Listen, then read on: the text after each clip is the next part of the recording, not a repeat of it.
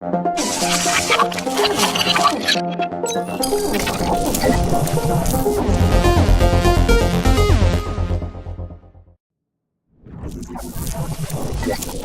next presenter is Paul. Paul is from New York City, US. He will be presenting about reflection in Ruby, understanding the implication of loading gems and files.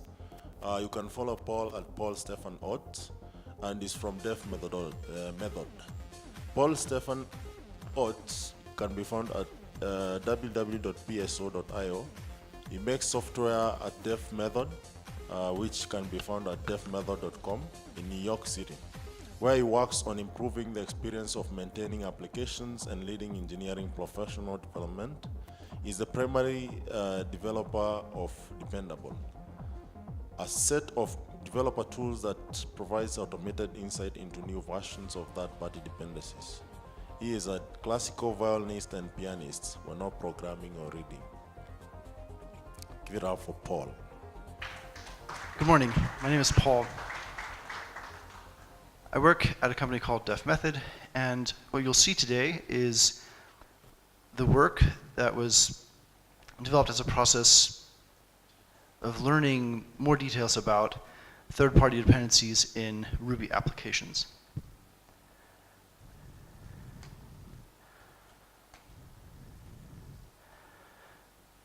As I was preparing for a system that would be able to automatically update Ruby gems, run tests, and then identify details about versions over time, I started off with examining the command output for bundle update and basically turning lines from the bundle output into dictionaries containing the dependency, the old version, the new version, using the Ruby API the Ruby Gems API to learn details about the source code and to ultimately identify the tags used for different releases so that a diff could be generated to show the changes in the actual source code. And this was useful, but it doesn't really explain what the changes perform. It requires reading the source code and deducing the implications of that source code. So I explored ways in which to use Ruby itself to gain more understanding about a system. Today, we're going to look at 3 examples of how to use the reflection tools in Ruby to understand the implications of loading gems and of loading files. We'll start off with an initial example to identify the available classes and methods.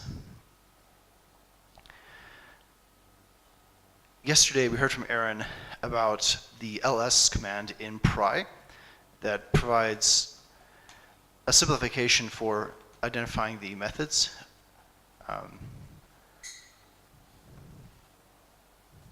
For identifying basically the named concepts, so the constants or the classes, and also the methods on a particular class.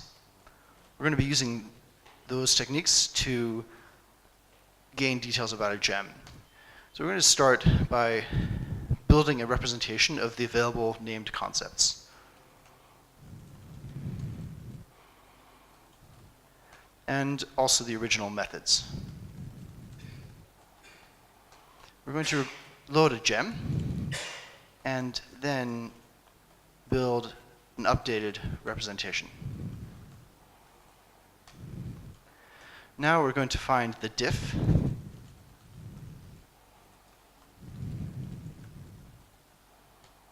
for the constants and for the methods.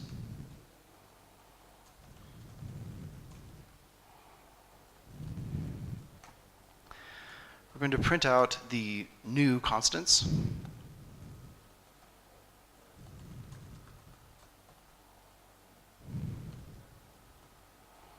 and also the new methods. So let's take a look at the output. So after we loaded the JSON Web Token gem, we have these new named concepts available, OpenStruct, Digest, and so on, and we also have the new methods. Now, most of these are from the Ruby standard library, but they're not loaded by default. So we're really interested in just this new constant. The other ones were not original to the gem. So let's first load, basically before building a map of the original behavior, let's build a map. Let's load the parts of the standard library that are used. So we have OpenStruct, OpenSSL, JSON, base64, and also digest.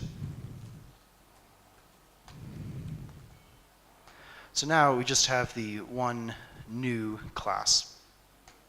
Let's go into that class.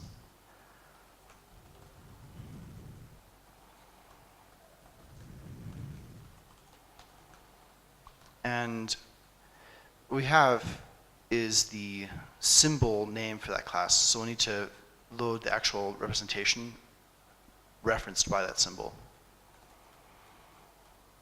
So we're going to call object const get on the constant name.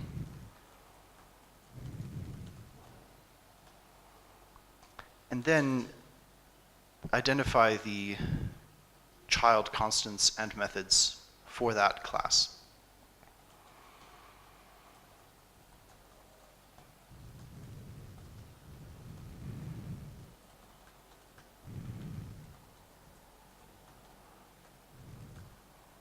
We're going to do the same thing for methods.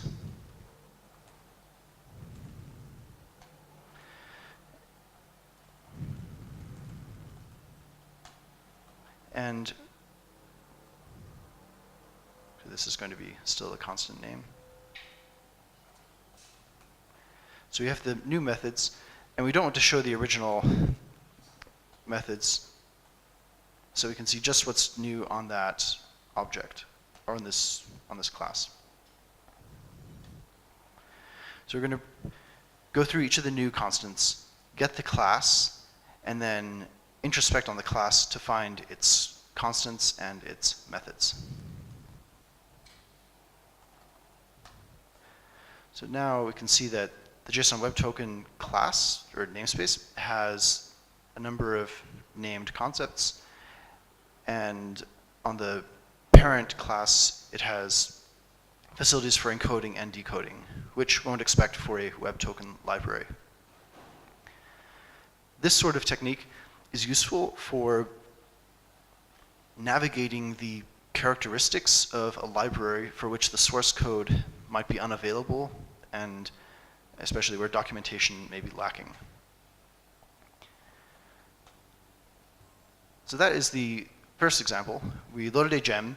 We identified the changes to the Ruby runtime affected by requiring that gem.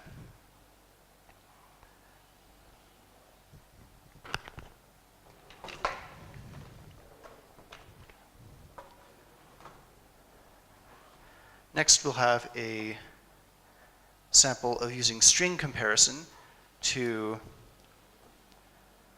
demonstrate changes to behavior. So in this case, we're going to see the effect of monkey patching a method, and we'll use these same reflection tools to identify exactly what changed. So let's start off with some examples of basically the base case, or the original state. We'll have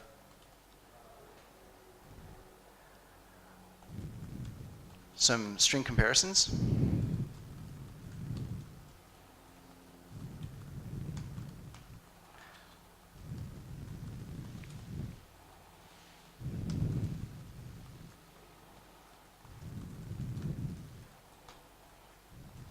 So fairly straightforward. We should receive true and false outputs, and we do. So now let's make something that changes that.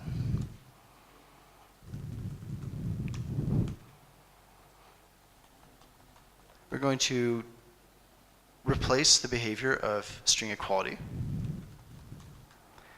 We're going to first alias the original string equality method, so we can then return the inverse of the original behavior.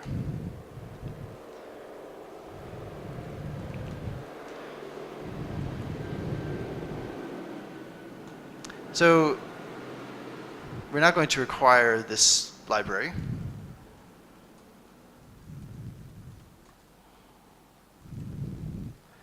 And observe the behavior. We should now get false and true.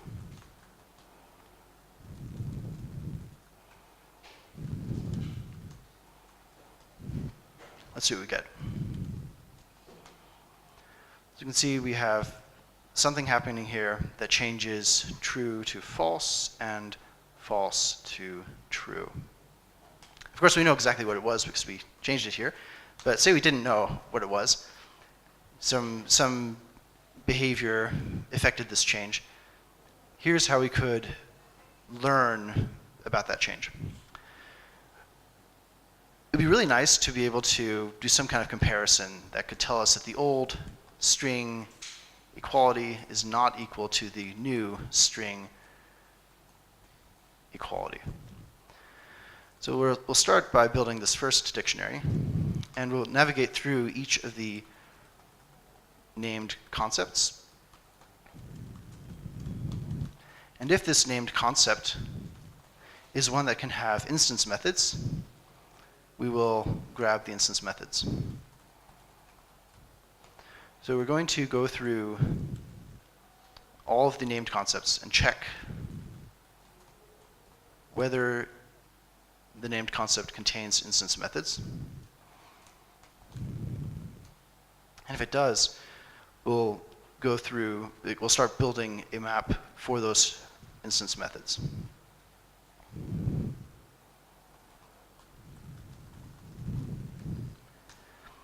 So we're going to go through each instance method.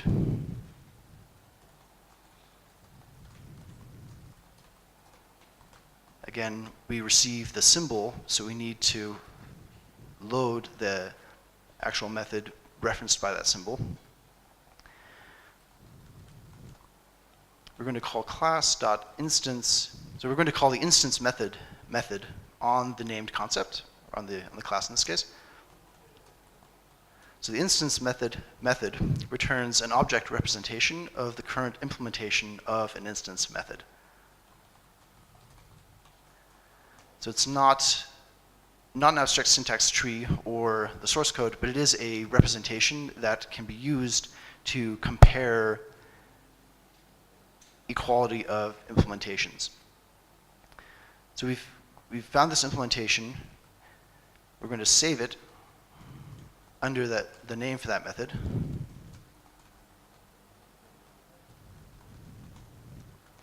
And having gone through each of the instance methods, populating this implementations object, we can save it under the constant name.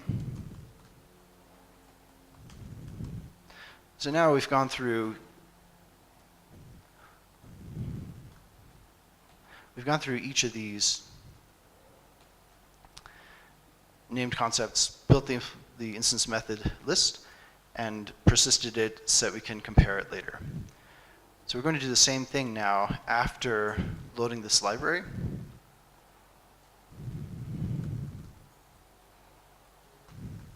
So we have the old and new implementations. So now we're going to go through each of the old method, each of the old implementations.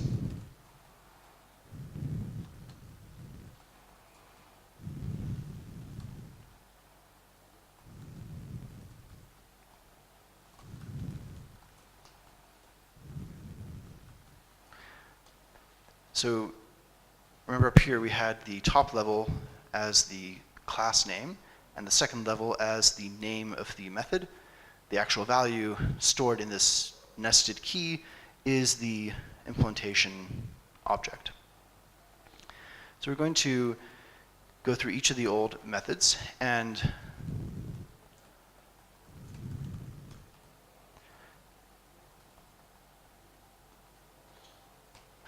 we have the method name and the old implementation.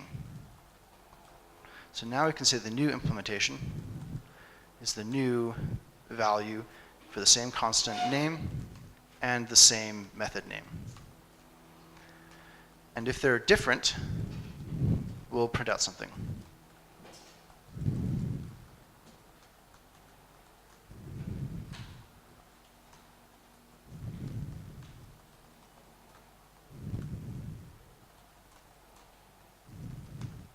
So we're going to print out that the given method changed.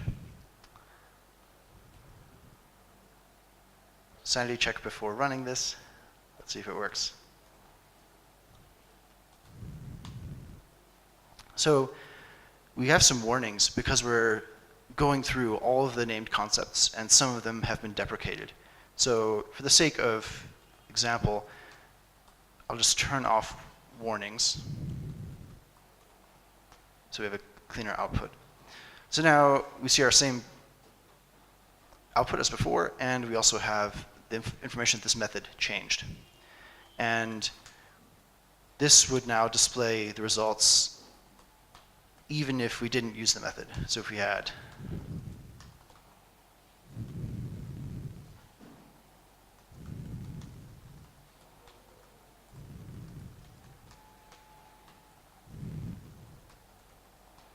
ran this, we'd now see all of the methods that changed. This is helpful for understanding the ways in which in a large system, multiple contributions might override the same behavior. In general, if you are overriding behavior, it is a potentially risky operation. It's worth thinking twice or thrice about whether a method should be overwritten in the first place, but this can at least provide information to tell you that things were changing. So a use case for this kind of technique would be if you're working on a large application and you want to step through the different sections or namespaces, checking whether multiple teams have maybe added similar monkey patches to different methods, or perhaps you have multiple gems that are providing some sort of value object capability. Perhaps they're modifying object in the same way. This can provide insight into that. So now we'll look at a third example. So a third example is being able to detect changes that were indirectly made to existing behavior. And for this one, we'll use hashes as a sample objects, and we'll make changes to hash.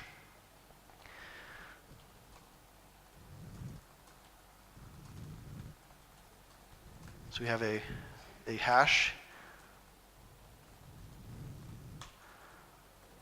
So we have the two dictionaries now, and let's make another one.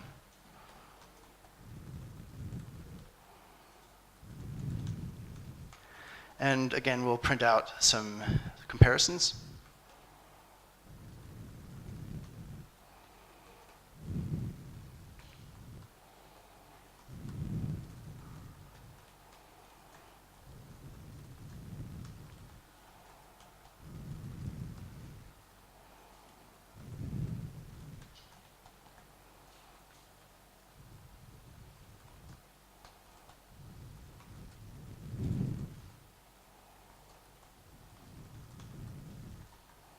Okay, so we have the three comparisons. This should always be true because we're comparing an object to itself.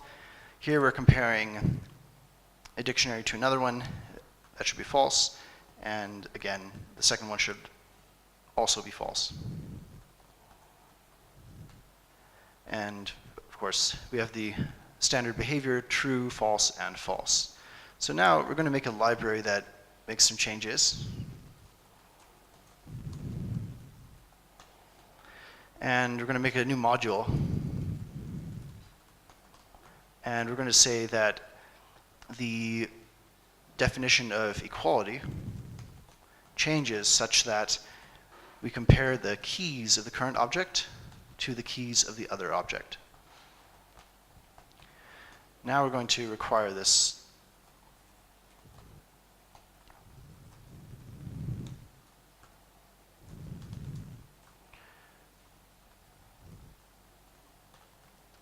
And we have to make the change in the class. So we have to reopen hash and prepend this module.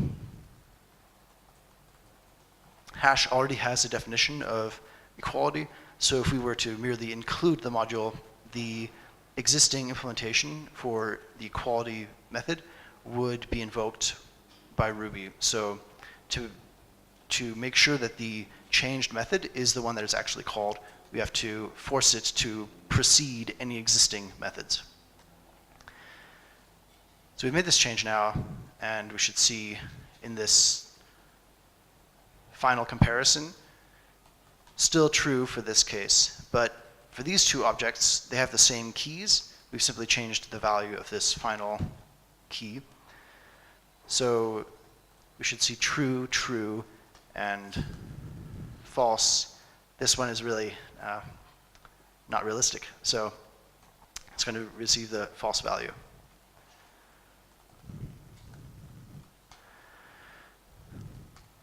I'll add some output here to clearly delineate.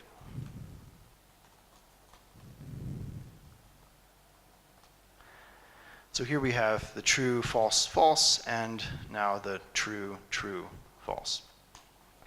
So we could certainly use the same approach that we used for this one. We could build a map of all the implementations of the instance methods, do it again, and then compare the values. But for the comparison here, we've really changed the ancestry of a class. So let's, instead of comparing the methods directly, let's take a look at the inheritance hierarchy for the classes in the system. So once again, we'll have an old object that we can compare. And in this case, we'll just compare the old hash ancestry to the new hash ancestry. So we'll build this old dictionary and go through, once again, all the constants. We'll grab the actual representation hinted at by that name. And if the class can have ancestors. Now the reason we do this is because the global list of constants is more accurately thought of as the named concepts, because you have classes and modules. You also have globals and singletons, and so some of them won't respond to the same interface that a class or module would respond to. So to make sure that we have both modules and classes, we'll just check for responding to the ancestors method. So if it does, we can grab the ancestors, and these will just be symbols for the name, symbols representing the names of the classes or modules. So for this constant name, we're going to save the ancestors. And we'll do it again after making this change.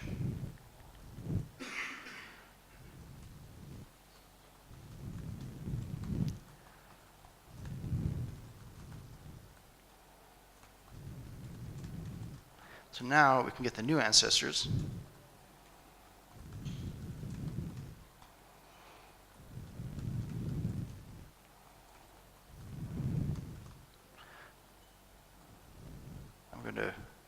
This comparison would work, but I prefer to compare the new to the old. So if they differ in any way, we'll print out some details.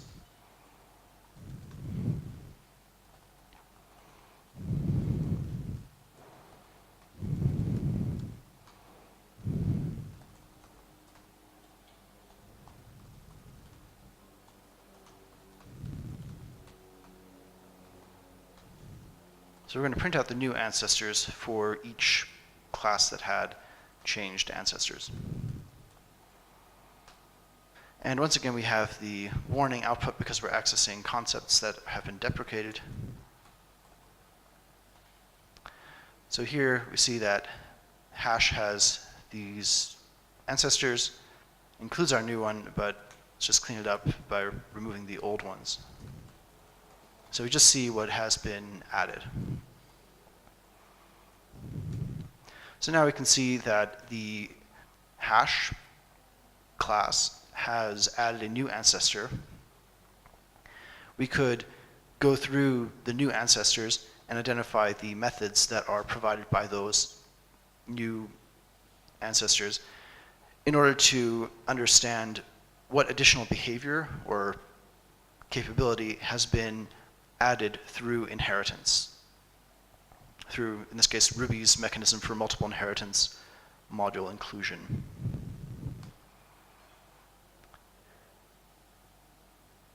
I took these different approaches and worked through an example for Rails.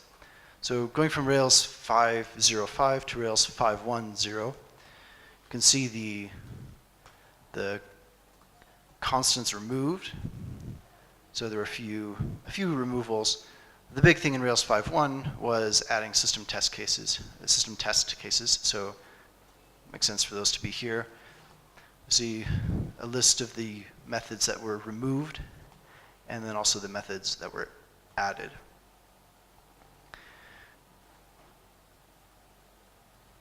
By itself, this is perhaps not particularly useful, but combined with a potential for, say, automatic test generation, one would be able to capture the results of methods before performing an update, and then capture them after running the update to have some comparisons, basically some dynamic analysis of the actual behavior of a system. So it's potentially much more useful than a mere diff on code changes. In summary, we've seen how to detect available classes and methods.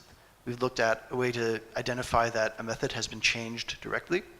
We've also seen a way to explore the indirect changes made to available behavior. So that was one use case that we just looked at with the ways to enumerate all the changes across two versions of a major gem. We talked about ways in which you could perhaps identify conflicting monkey patches by isolating libraries and identifying that multiple libraries might make the same changes or make changes to the same areas. And this, basically given a list of the methods, it would be possible to use the same technique we used for overriding string comparison to alias an original implementation, wrap it with something new. We could do that for a dynamic test case or generating tests to evaluate the behavior of those third-party modifications. For some further reading, I recommend the section on reflection in The Well-Grounded Rubyist. There's a third edition being written. It's coming out soon. Also, this book, Metaprogramming Ruby 2, published by the Pragmatic Programmers, contains useful guidance for ways in which you might use metaprogramming. These talks from Jim Weirich, Ryan Davis, and Sam Phippen each demonstrate ways in which to use dynamic programming capabilities of Ruby. In this case, it was for building a lambda calculus with Ruby. Both of these were kind of lambda calculus related. Ryan Davis's was actually demonstrating a basic version of mini-test written using Ruby's dynamic capabilities. And this one more from the RSpec perspective. So I highly recommend exploring those. As I've worked more with maintaining large applications over time, I found that zealous use of metaprogramming in applications can produce significant problems later on with comprehension of code and the predictability with which changes can be made reliably. So I found it interesting that the techniques often used to make code more obfuscated or unclear or more clever can also be used to demystify the structure of an existing system. So I recommend even if you're not using these techniques in your troubleshooting or in your specific tooling, think about what changes you're making when you develop a library, think about what's made available by a library. A useful point yesterday Kirsten made was, in thinking about third-party dependencies, consider the surface area of that library, and if you're only using a fraction of it, consider perhaps developing that functionality directly in the application or writing it from scratch instead of incorporating a library that adds just 10 features where you only need one of them. I hope this has encouraged you to consider exploring some of Ruby's dynamic capabilities. Thank you.